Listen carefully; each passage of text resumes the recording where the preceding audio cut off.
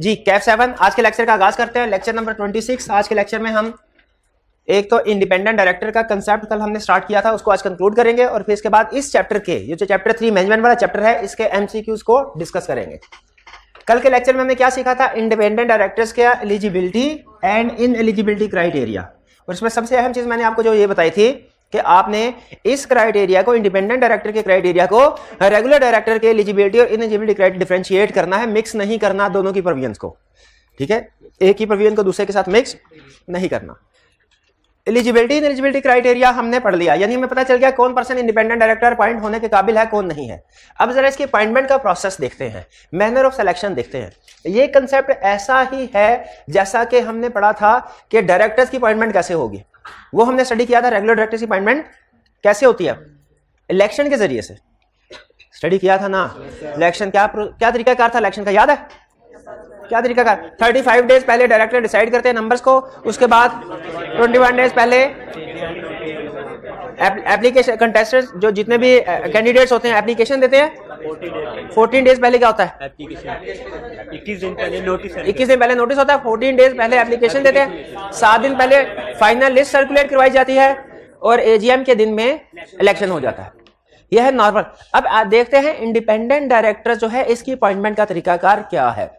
अच्छा देखिए, होता ये भी उसी तरीके से इलेक्शन के जरिए से, लेकिन इसके लिए तरीकाकार थोड़ा डिफरेंट है।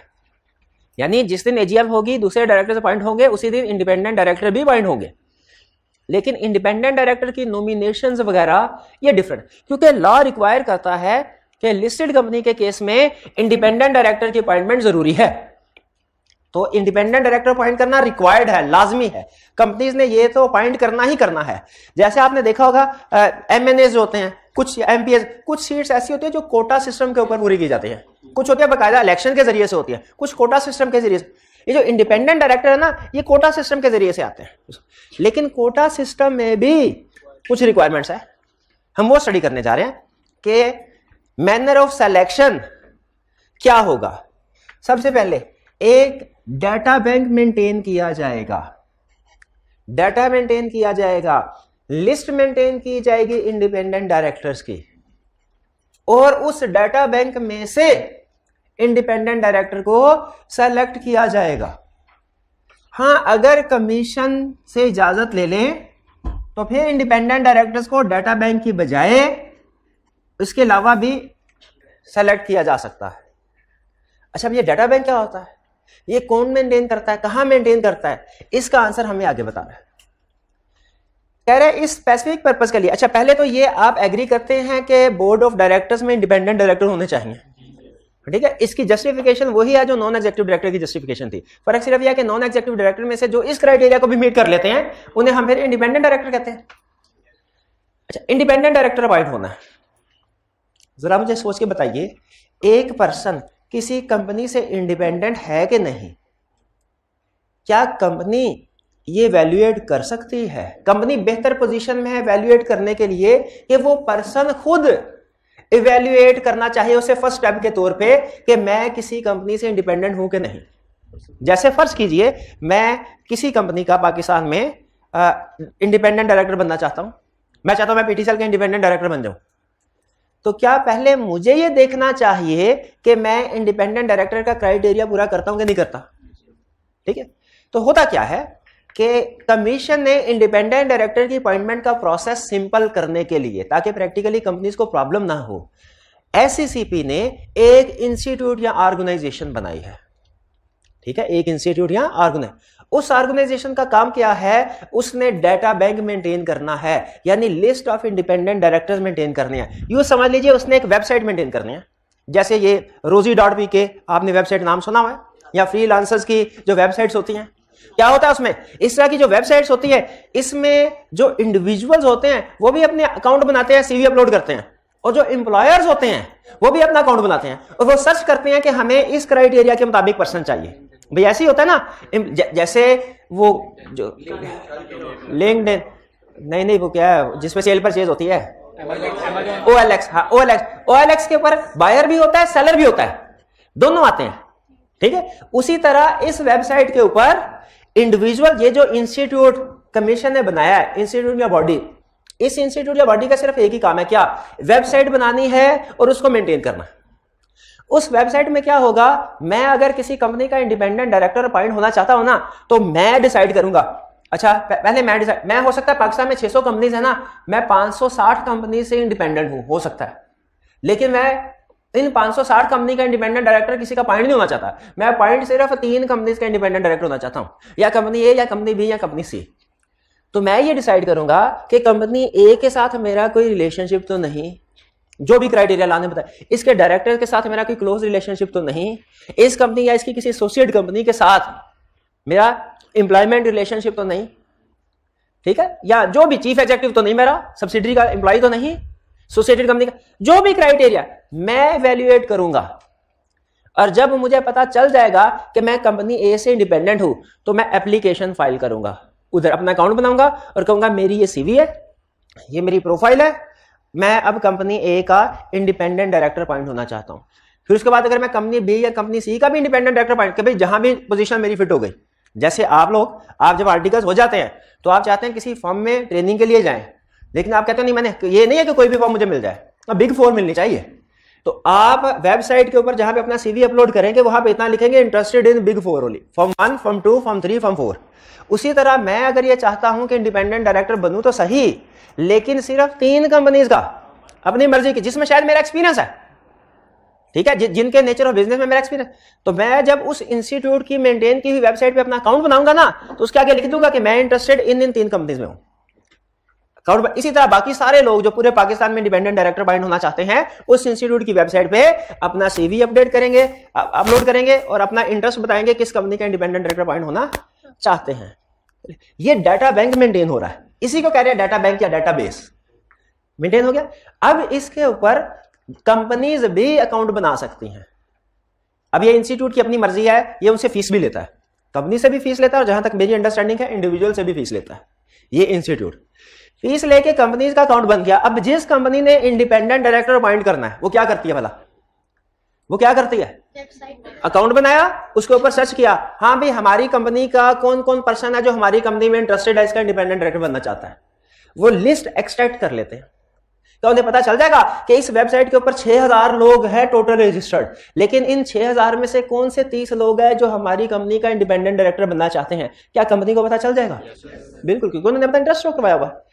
कंपनी इस 30 की लिस्ट लेके तो अपनी जब इलेक्शन होगा डायरेक्टर्स का, उसमें इसको प्रेजेंट करेगी और उसमें देखा जाएगा कि किसको अपॉइंट करना है। शेयर होल्डर फैसला करेंगे किसको अपॉइंट करना है, यानी जहां पे नॉर्मल डायरेक्टर्स अपॉइंट होंगे उसी तरीके से इंडिपेंडेंट डायरेक्टर्स भी अपॉइंट हो जाएंगे, ठीक है। और इनकी चूंकि कंसेंट एक तरह से पहले ही है, जब इन्होंने अपना सीवी अपलोड किया तो इनकी अपॉइंटमेंट हो जाएगी, लेकिन बाद में इनकी कंसेंट दोबारा लेके ना रिटर्न फॉर्म में भी रजिस्ट्रार को जमा करवानी होती है, रजिस्ट्रार को कंसेंट इनके भी जमा करवानी होती है। तो प्रोसीजर समझ आ रहा है आपको कि किस तरीके से इंडिपेंडेंट डायरेक्टर की अपॉइंटमेंट होती है। मेन जो सोर्स है ना वो ये इंस्टीट्यूट है, ये एक मिडल मैन का रोल प्ले कर रहा है ये इंस्टीट्यूट। तो कमीशन ने एक इंस्टीट्यूट को एस्टैब्लिश किया, ये इंस्टीट्यूट डाटा बैंक मेंटेन करेगा इन लोगों का जो एलिजिबल है और विलिंग है। और ज़हन में रखिएगा, जब ये सीवी अपलोड कर रहे होते हैं ना, तो फर्स्ट स्टेप में इस इंडिविजुअल की जिम्मेदारी है कि ये इंश्योर करे मैं जिस कंपनी के लिए इंडिपेंडेंट डायरेक्टर का अपना इंटरेस्ट शो करवा रहा हूं, मैं उसके लिए एलिजिबल हूं कि नहीं हूं। पहली जिम्मेदारी आपकी है। बिग 4 में अप्लाई करना ना, तो पहले देख लें कौन सा एफटीएस मांग रहे हैं, कहीं मेरा एफटीएस उससे पुराना तो नहीं है। बिग 4 वाले भी चेक करेंगे, लेकिन पहली जिम्मेदारी किसकी अप्लाई करते हुए, आपकी। तो इस इंडिविजुअल ने चेक किया मैं एलिजिबल हूं कि नहीं, और फिर जाहिर है जब उसने अपना सीवी अपलोड कर दिया तो वो विलिंग भी है।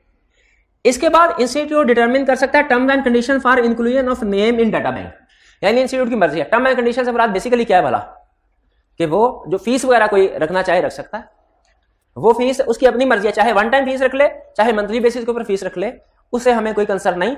इंस्टीट्यूट चाहे तो टर्म एंड कंडीशन अपनी इंपोज कर सकता है। और ये ज़हन में रखेगा ये इंस्टीट्यूट कमीशन नहीं है, ये कमीशन का पॉइंट किया हुआ है, इसका शायद नाम लिखा हो पाकिस्तान इंस्टीट्यूट, जिसका नाम भूल रहा है, हाँ ये नाम में नहीं था लेकिन मैंने सर्च किया था इनकी वेबसाइट पे जाके।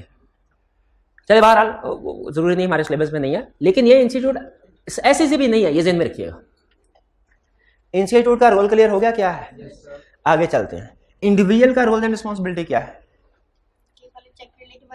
कि एलिजिबल है कि नहीं, उसने जो इंफॉर्मेशन, जो सीवी दे रहा है और जो भी इंफॉर्मेशन सबमिट करवा रहा है वो इंफॉर्मेशन एक्यूरेट है कि नहीं, अपडेट है कि नहीं, ये इसकी जिम्मेदारी है कि ये इंश्योर करना कि जो भी वेबसाइट के ऊपर अपनी इंफॉर्मेशन दे रहा है वो एक्यूरेट और अपडेट है कि नहीं, इस इंडिविजुअल की जिम्मेदारी है। और फर्स्ट स्टेप है ये इंश्योर करना कि वो क्राइटेरिया, एलिजिबिलिटी और इनएलिजिबिलिटी जो हमने कल पढ़ा हुआ है और प्लस फर्दर रिक्वायरमेंट अगर है वो पूरी कर रहा है कि नहीं कर रहा। क्योंकि एक रिक्वायरमेंट और होती है कमीशन की कि डायरेक्टर बनने के लिए जरूरी है कि आपने एक ट्रेनिंग प्रोग्राम होता है डायरेक्टर्स का, वो पूरा किया हो।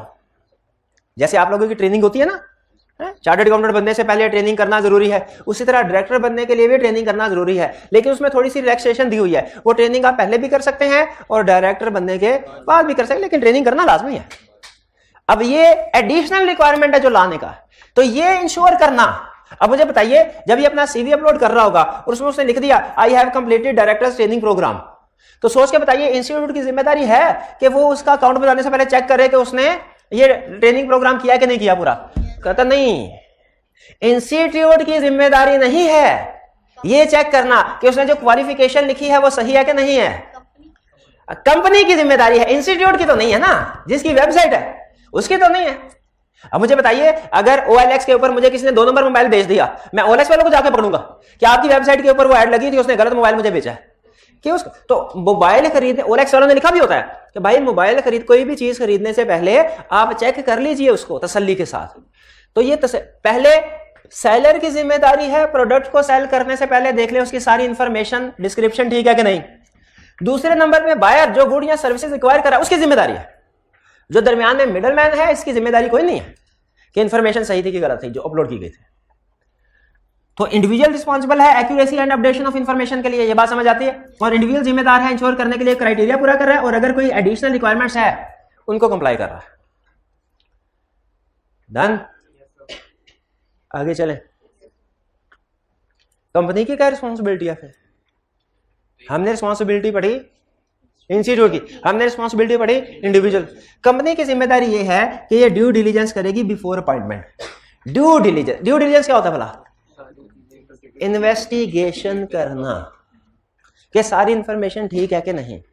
अगर किसी बंदे ने कहा मैं इंडिपेंडेंट डायरेक्टर अपॉइंट होना चाहता हूं और मैंने मास्टर्स किया, मेरी क्वालिफिकेशन मास्टर्स है, मेरे पास 15 साल का तजर्बा है, 20 साल का तजर्बा है, तो इंस्टीट्यूट ये तजर्बा वेरीफाई नहीं करेगा है कि नहीं है, कंपनी करेगी। कंपनी की जिम्मेदारी लाने दी है, इंस्टीट्यूट की जिम्मेदारी नहीं दी। ये ड्यू डिलीजेंस करे अपॉइंटमेंट से पहले। और इसमें भी वो कहते हैं आप भी ड्यू डिलीजेंस करें एहतियातन उस पर जिसको इंडिपेंडेंट डायरेक्टर अपॉइंट कर रहे हैं उससे बयाने हल्फी भी ले ले, हलफनामा भी ले ले, अंडरटेकिंग ले ले कि वो इंडिविजुअल इंडिपेंडेंट डायरेक्टर की रिक्वायरमेंट्स को मीट करता है। जी कहानी समझ आई कुछ?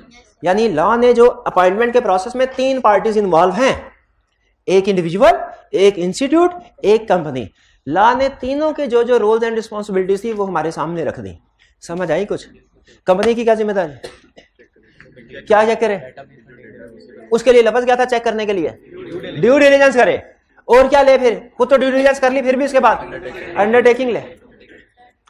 अंडरटेकिंग ले के इंडिविजुअल, किससे अंडरटेकिंग ले? क्या कि वो इंडिपेंडेंस की रिक्वायरमेंट्स को पूरा करता है, सारी रिक्वायरमेंट्स को। इंडिविजुअल की क्या जिम्मेदारी है कि वो इंश्योर करे जो भी इंफॉर्मेशन वो इंस्टीट्यूट की वेबसाइट के ऊपर अपलोड कर रहा है वो एक्यूरेट है, कंप्लीट अपडेटेड है और वो सारी रिक्वायरमेंट्स को पूरा कर रहा है जो लॉ ने इंडिपेंडेंट डायरेक्टर की अपॉइंटमेंट के हवाले से कही हुई है। और इंस्टीट्यूट की क्या जिम्मेदारी है? वो डेटाबेस, डाटा बैंक मेंटेन करे और इसके लिए वो कोई जो भी टर्म्स एंड कंडीशन मुनासिब समझे रख सकते हैं। चलिए, अच्छा अब ये प्रोसेस सारा हो गया। अब क्या होगा? इलेक्शन प्रोसेस क्या होगा? And consent. इलेक्शन प्रोसेस वही प्रोसेस है, उसी तरीके से इनकी अपॉइंटमेंट होगी जिस तरीके से नॉर्मल डायरेक्टर की। नॉर्मल डायरेक्टर का इलेक्शन हो गया, उसके बाद कहेंगे हाँ भाई इंडिपेंडेंट डायरेक्टर भी 3 अपॉइंट करने हैं। वो कहेंगे आ जाओ भाई, इसको कौन वोट देता है, इसको कौन वोट देता है, इसको कौन वोट देता है, हाईएस्ट वाले को अपॉइंट कर लिया जाएगा। कंसेंट डायरेक्टर्स की। अच्छा, कहीं हमने ये पढ़ा है कि जो नॉर्मल डायरेक्टर अपॉइंट होता है उसकी रिटर्न कंसेंट किसी को सबमिट करवानी होती है? किसको? रजिस्ट्रार। 1 मिनट है रे, इलेक्शन से 14 दिन पहले के इलेक्शन के 14 दिन बाद या 15 दिन बाद?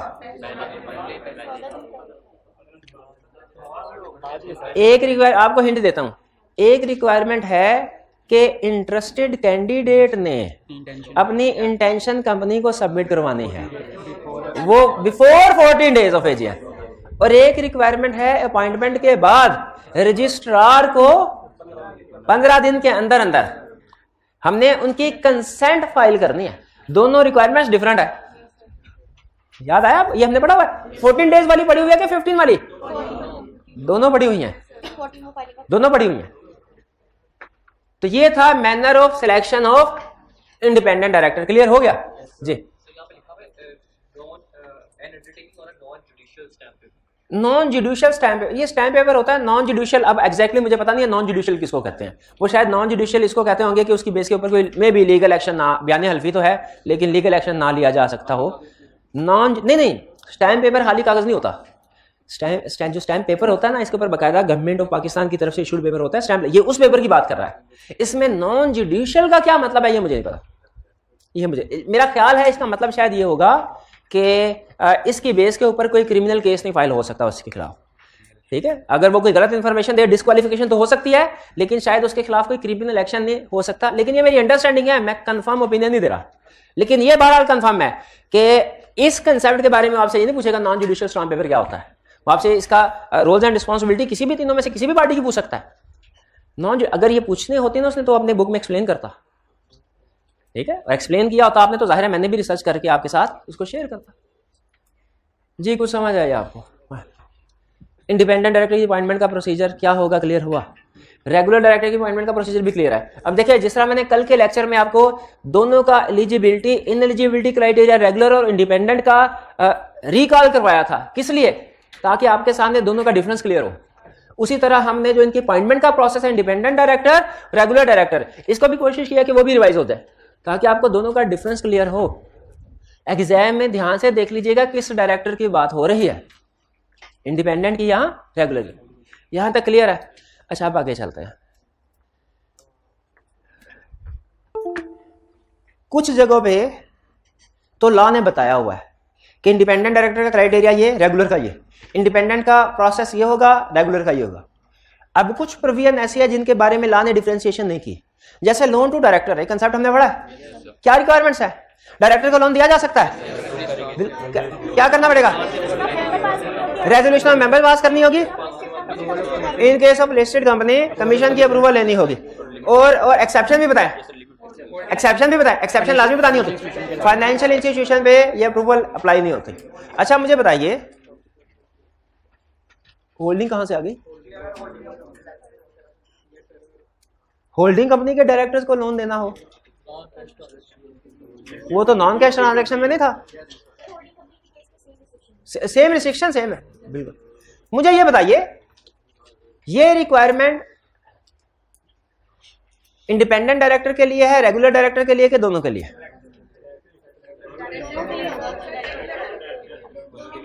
दोनों के। शाबाश। तो इसका मतलब ये हुआ कि जिस रिक्वायरमेंट के साथ उसने मेंशन नहीं किया कि ये स्पेसिफिकली इंडिपेंडेंट डायरेक्टर है या ये स्पेसिफिकली अपॉइंटेड रेगुलर डायरेक्टर, वो कंसेप्ट हर तरह के डायरेक्टर पे अप्लाई होगा।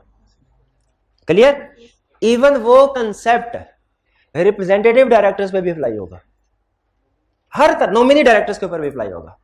यानी जिसके साथ, जिस तरह हमारा ये रूल है ना कि अगर कोई कंसेप्ट के साथ लिख दिया ये लिस्टेड कंपनी पे अप्लाई होगा तो वो कंसेप्ट सिर्फ, जिस तरह लिख दिया कि ये प्राइवेट पे अप्लाई होगा तो वो कंसेप्ट सिर्फ प्राइवेट पे अप्लाई होगा। और अगर किसी के साथ कुछ भी नहीं लिखा, सिर्फ ये लिखा कंपनी शैल डू दिस, सब उसी तरह डायरेक्टर्स का केस है। जो कंसेप्ट उसने कहा इंडिपेंडेंट डायरेक्टर, वो इंडिपेंडेंट डायरेक्टर के लिए है, और जिसके साथ उसने स्पेसिफाई नहीं किया विच टाइप ऑफ डायरेक्टर, वो हजार तरह के डायरेक्टर से अप्लाई होगा। ये बात समझ आई? चलिए अब ऐसा कीजिए, आपके पास 2 मिनट 3 मिनट हैं, आप इसकी रीडिंग कर लीजिए मैनर ऑफ सिलेक्शन की। एलिजिबिलिटी और इनएलिजिबिलिटी की तो आप कर चुके, कोई बात नहीं, दोबारा कर लें क्योंकि एमसीक्यूज अटेम्प्ट करने जा रहे हैं, मे भी इसमें क्वेश्चन पूछ लें। इस पूरे कंसेप्ट की रीडिंग कर लीजिए, आपके पास 5 मिनट है। 5 मिनट तक मैं एमसीक्यूज आपके रेडी करता हूं, फिर उसके बाद एमसीक्यूज हमने अटेंड करने हैं और फिर ये चैप्टर क्लोज इंशाल्लाह। जी पॉज कीजिएगा। अच्छा, ये एक दो स्टूडेंट ने क्वेश्चन पूछा, मैं एमसीक्यू की तरफ जाने से पहले वो आपके साथ शेयर कर लूं। हमने तो यहाँ पे क्या एक कंपनी का एम्प्लॉय उसका इंडिपेंडेंट डायरेक्टर बन सकता है? नहीं। अगर एम्प्लॉय नहीं, अभी भी एम्प्लॉय है, बन सकता है, पिछले 3 साल में नहीं बन सकता। लेकिन हमने तो पढ़ा था एम्प्लॉय डायरेक्टर बन सकता है। हाँ शाबाश, डायरेक्टर बन सकता है, इंडिपेंडेंट डायरेक्टर नहीं बन सकता। यानी कंपनी का एम्प्लॉय डायरेक्टर बनने के लिए एलिजिबल है, वो एग्जीक्यूटिव डायरेक्टर होगा, इंडिपेंडेंट डायरेक्टर नहीं होगा। ठीक है, ये ज़हन में रखिएगा। अच्छा, दूसरा था क्वेश्चन एंड पे एक लाइन लिखी हुई है कि इन एलिजिबिलिटी क्राइटेरिया में शायद कि पब्लिक सेक्टर कंपनी के केस में एक एडिशनल क्राइटेरिया भी है इन एलिजिबिलिटी। क्या कि पब्लिक सेक्टर, अच्छा मैं पब्लिक सेक्टर कंपनी कह रहा हूं, पब्लिक कंपनी नहीं कह रहा। क्लास में कोई स्टूडेंट ऐसा है जो बता सकते हैं पब्लिक कंपनी और पब्लिक सेक्टर कंपनी में क्या फर्क है? पब्लिक कंपनी वो है जो कि प्राइवेट नहीं है, और पब्लिक सेक्टर वो है जिसके 50% से ज्यादा वोटिंग सिक्योरिटीज गवर्नमेंट ओन करे या जिसके मेजोरिटी ऑफ डायरेक्टर्स को गवर्नमेंट। याद है ना आपको? अच्छा, इसका मतलब पब्लिक सेक्टर कंपनी के ऊपर होल्ड जो उसको कर रही होगी वो गवर्नमेंट को कर रही होगी। क्या ऐसा हो सकता है कि जो उसको होल्ड कर रही है गवर्नमेंट का कोई एम्प्लॉई इसका इंडिपेंडेंट डायरेक्टर बन जाए? नहीं, इंडिपेंडेंट, वो इंडिपेंडेंट हो ही नहीं सकता। अगर वो गवर्नमेंट का एम्प्लॉई है तो वो कंपनी से इंडिपेंडेंट हो ही नहीं सकता। ठीक है, क्योंकि वो तो मेजोरिटी शेयर होल्डर का एम्प्लॉई हुआ, तो वो इंडिपेंडेंट नहीं। इसलिए उसने कहा पब्लिक सेक्टर कंपनी के केस में इंडिपेंडेंट डायरेक्टर गवर्नमेंट या इसके किसी इदारे का एम्प्लॉई नहीं हो सकता। अगर कोई पर्सन गवर्नमेंट या उसके किसी इदारे का एम्प्लॉई है तो वो पब्लिक सेक्टर कंपनी का इंडिपेंडेंट डायरेक्टर अपॉइंट नहीं हो सकता। क्लियर हुआ? चलिए, अच्छा ये अभी एक स्टूडेंट ने सर्च करके हमें बताया कि वो जो इंस्टीट्यूट है ना उसका नाम क्या है? उसका नाम Pakistan institute of corporate governance, PICG, Pakistan institute of corporate governance. असल में जिस वक्त ये प्रोविजन आई ना उस वक्त रिक्वायरमेंट तो ओपन कर दी गई थी, इंस्टीट्यूट उस वक्त रजिस्टर्ड नहीं हुआ था, इंस्टीट्यूट बाद में रजिस्टर हुआ, वरना शायद कंपनी एक्ट 2017 में उस इंस्टीट्यूट का नाम लिखा होता। ठीक है, तो इंस्टीट्यूट का नाम बहरहाल हमारे सिलेबस में नहीं है, लेकिन आपको बता दें कि आप उसकी वेबसाइट पे अगर जाएं तो आपको मजीद क्लियर हो जाएगा इंडिपेंडेंट डायरेक्टर जो है वो किस तरीके से प्रोसेस और अपनी वेबसाइट पे लिखा होगा। क्लियर? कोई और क्वेश्चन? MCQs की तरफ चलें। Select the most appropriate option, पहला क्वेश्चन। अच्छा, ये कुछ के साथ ना स्टेरिक मार्क किया गया है, ये नहीं होना चाहिए था। ये असल में पहले के 2-3 एडिशन पहले हमारी आदत होती थी कि जो MCQs ICAP के पास्ट पेपर के होते थे उनके साथ स्टेरिक मार्क कर दिया करते थे, और जो ICAP ने पास्ट पेपर के MCQs नहीं होते थे वो सिर्फ बुक में, फ्यूचर के नहीं, वो बुक में प्रैक्टिस के लिए दिए होते थे। बुक में ICAP ने वैसे एडिशनल प्रैक्टिस के लिए दे, तो उनको हम स्टेरिक मार्क नहीं करते थे, सिंपल रखते थे। पर्पस सिर्फ ये होता था कि स्टेरिक मार्क आ जाए तो स्टूडेंट अलर्ट हो जाए कि हाँ ये वो क्वेश्चन है जो पास्ट पेपर में आया हुआ है। ठीक है, लेकिन अब फिर उसके बाद ICAP ने कुछ चेंजेस की, सब्जेक्ट को लदा कर दिया, उसके बाद ये क्लासिफिकेशन इरेलीवेंट हो गई है। ठीक है, जैसे आपने देखा होगा नॉर्मली भी हम जब क्वेश्चन प्रैक्टिस करते हैं ना तो जो क्वेश्चन ICAP के पास्ट पेपर में आया हो, ठीक है, क्वेश्चन बैंक में तो सारे क्वेश्चन हमने प्रैक्टिस करने हैं, लेकिन जो पास्ट पेपर तो उसके नीचे हम अटेम्प्ट और क्वेश्चन नंबर लिख दिया करते हैं। उसका सिर्फ एक ही पर्पस होता है, क्या? जब स्टूडेंट को पता चलता है ना ये पास्ट पेपर में क्वेश्चन आया, वो थोड़ा सा ज्यादा सीरियस या ज्यादा अलर्ट हो जाता है उस क्वेश्चन को समझने में, उसको अटेम्प्ट करने में। तो इसीलिए इसका ये पर्पस था। अब आप इसको इग्नोर कर दें। The names and number of first director shall be decided by कौन? Members of the company. कौन? Promoters, subscribers the company. ठीक है, अच्छा अगर यहाँ पे सारा क्वेश्चन सेम, सब तो करेक्ट ऑप्शन क्या सी? सारा क्वेश्चन सेम, यहाँ पे नंबर डायरेक्टर फर्स्ट नहीं सब्सिक्वेंट डायरेक्टर लिखाओ। आगे मार।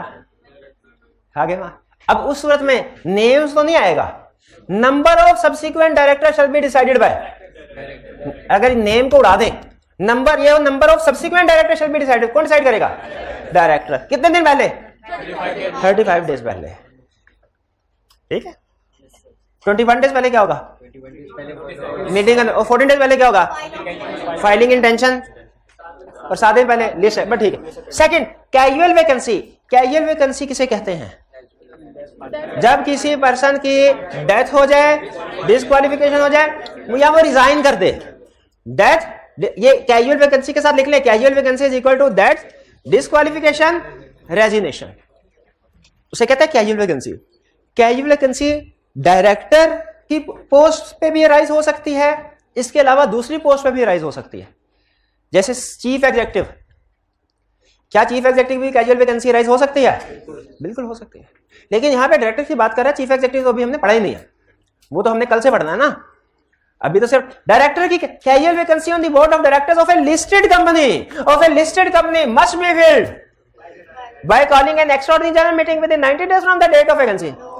Bye calling an extraordinary general meeting का मतलब ये वो बता रहा है कि इसकी अपॉइंटमेंट शेयर होल्डर करेंगे, मेंबर्स करेंगे।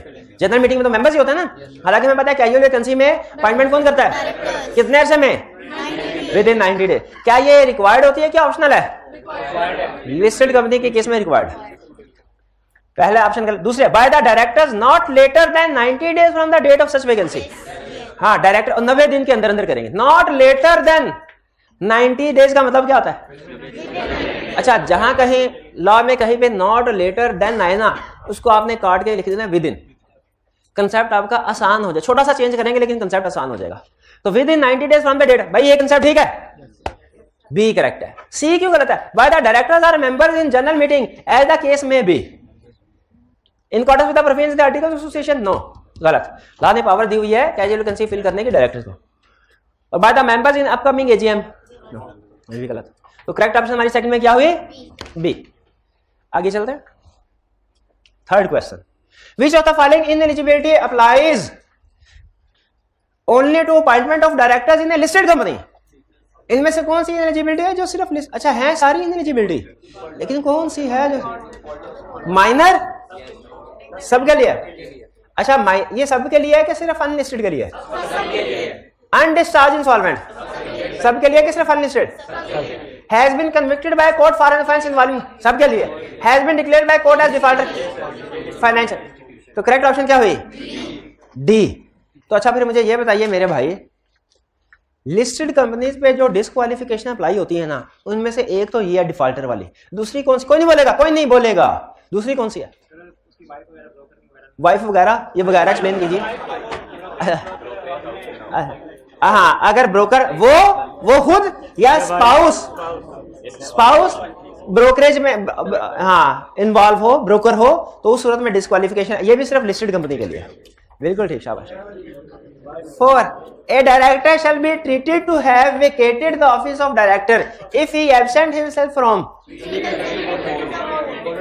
3 board meeting, गलत। 3 consecutive board meeting, गलत। विदाउट, ये भूल जाते हैं आप हमेशा, विदाउट सीकिंग लीव, ये भी तो था। लॉ में इनकम्प्लीट आंसर भी गलत आंसर होता है, ये बताया हुआ ना आपको। जहां पे उसने डेफिनेशन डिफाइन करने को कहा, एक्सेप्शन थी, आपने नहीं लिखी, आपके नंबर काट लेगा। डायरेक्टर, अच्छा कब? Meeting held in last 3 months, meetings held in last 120 days, 3 consecutive meetings of the board of directors, 3 consecutive meetings of the members की मीटिंग तो लाजमी नहीं है, तो इसमें करेक्ट ऑप्शन क्या हुई? सी। हालांकि कंप्लीट कंसेप्ट नहीं है, लेकिन जितने ऑप्शन है उनमें सही तो सबसे अच्छी यही है, मोस्ट एप्रोप्रिएट। शाबाश। तो 4 में करेक्ट ऑप्शन क्या हुई? सी, शाबाश। फिर, a company is not allowed to contribute any amount, social purpose के लिए कर सकते हैं, डिविडेंड के लिए कर सकते हैं, पॉलिटिकल पार्टी को नहीं, टू एनी ज़कात पेमेंट, ज़कात भी पे कर सकते हैं। बल्कि जो बैंकिंग कंपनीज है वो लोगों के अकाउंट से ज़कात डिडक्ट करके पे करती होती है। हाँ, पॉलिटिकल पर्पस के लिए पॉलिटिकल पार्टी को कंट्रीब्यूशन नहीं कर सकते। तो करेक्ट ऑप्शन क्या हुई हमारी? सी। 6, maximum number of directors of a public company fixed by the companies act. 7 नहीं, 7 मैक्सिमम नहीं, 7 तो मिनिमम है, और वो भी लिस्टेड कंपनी की है।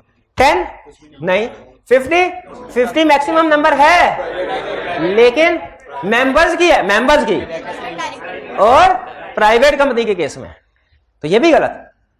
नॉट पे, हाँ, मैक्सिमम नंबर ऑफ डायरेक्टर्स और मैक्सिमम नंबर ऑफ मेंबर्स, ये पब्लिक कंपनी के केस में स्पेसिफाइड नहीं है, पब्लिक कंपनी के केस में स्पेसिफाइड नहीं है।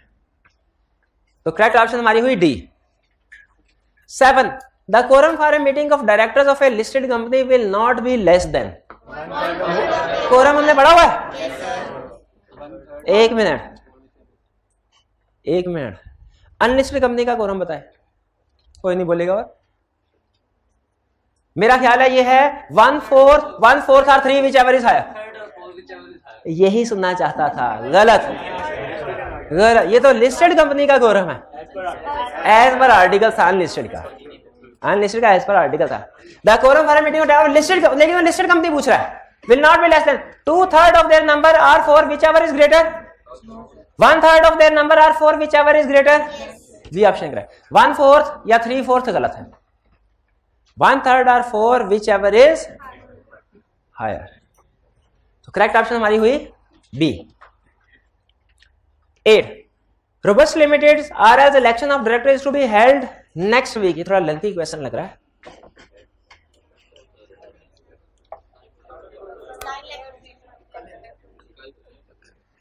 ठहर जाए भाई।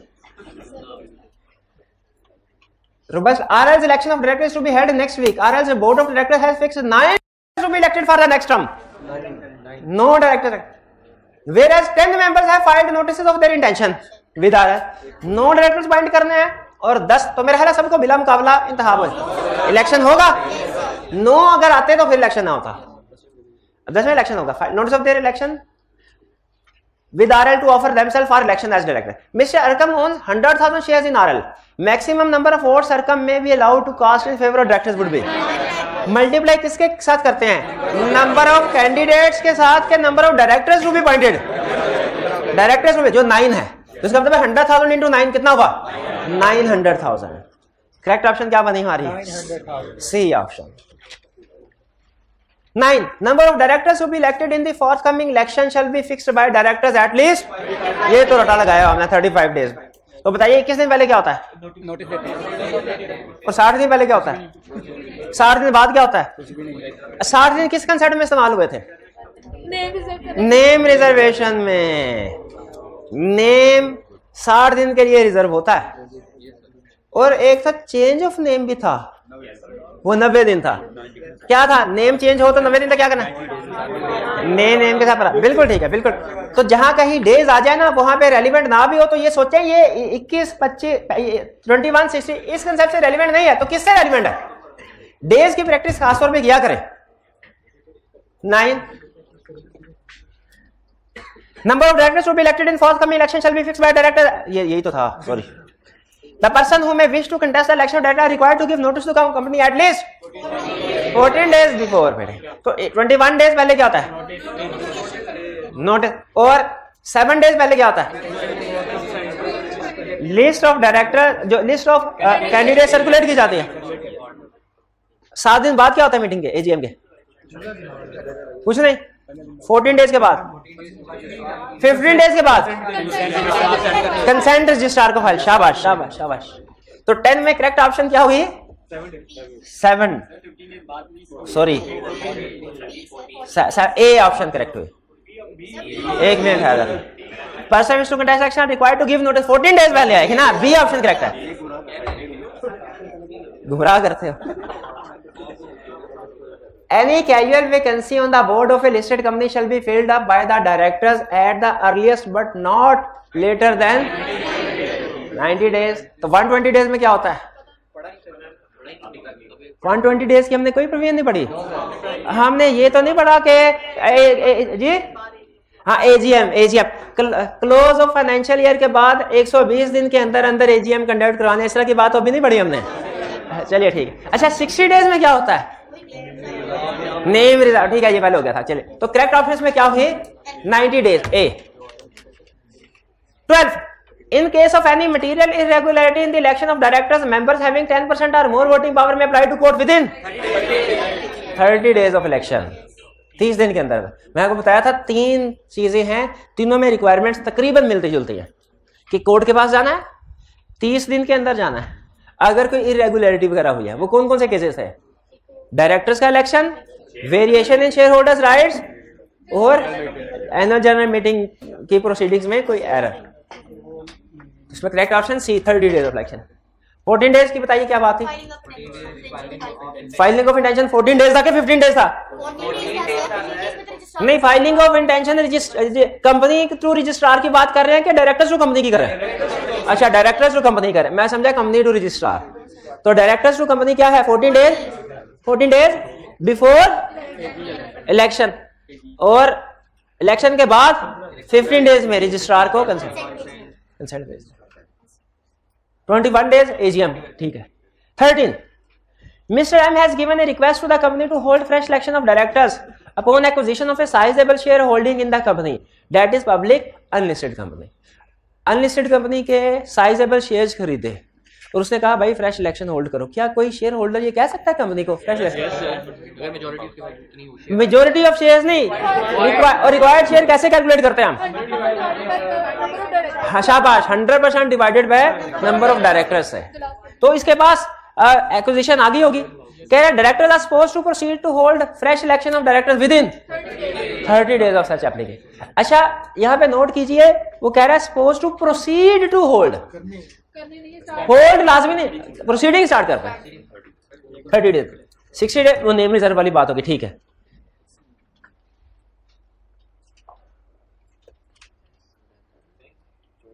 ठहर जा भाई, अभी 2 MCQs है। A person cannot be appointed as director of a company if he is lacking fiduciary behavior and a relationship has been made to court by any time during preceding 5 years, 5 साल। तो 3 साल में क्या था? वो regular director से related नहीं है, पीरियड इंडिपेंडेंट है। तो आप बताइए, अगर कोई पर्सन उस कंपनी का या उसके एसोसिएटेड कंपनी का चीफ एग्जीक्यूटिव रहा है पिछले 3 साल में, वहां पे था, फिर था, अगर एम्प्लॉय रहा है उस कंपनी का या उसकी सब्सिडरी कंपनी का, उसके साथ 3 साल था। मटेरियल बिजनेस रिलेशनशिप, उसके साथ 3 साल था। क्रॉस डायरेक्टरशिप के साथ 3 साल नहीं थे, 3 साल। 15 director of a public company shall meet at least once in each quarter. अच्छा वो कौन सी चीज है जो वंस इन अ ईयर होती है? AGM, शाबाश। एवरी मंथ तो कुछ नहीं है, तो ठीक है। चलिए इसमें करेक्ट ऑप्शन हमारी हुई बी। चलिए ये चैप्टर क्लोज हो गया, पढ़ लिया आपने, समझ आ गया। चलिए इंशाल्लाह कल की क्लास में इसका माइंड मैप आपके साथ शेयर किया जाएगा ताकि आप इसकी रिवीजन कर लें, ठीक है। आज का लेक्चर यहाँ पे खत्म करते हैं हम। अल्लाह हाफिज।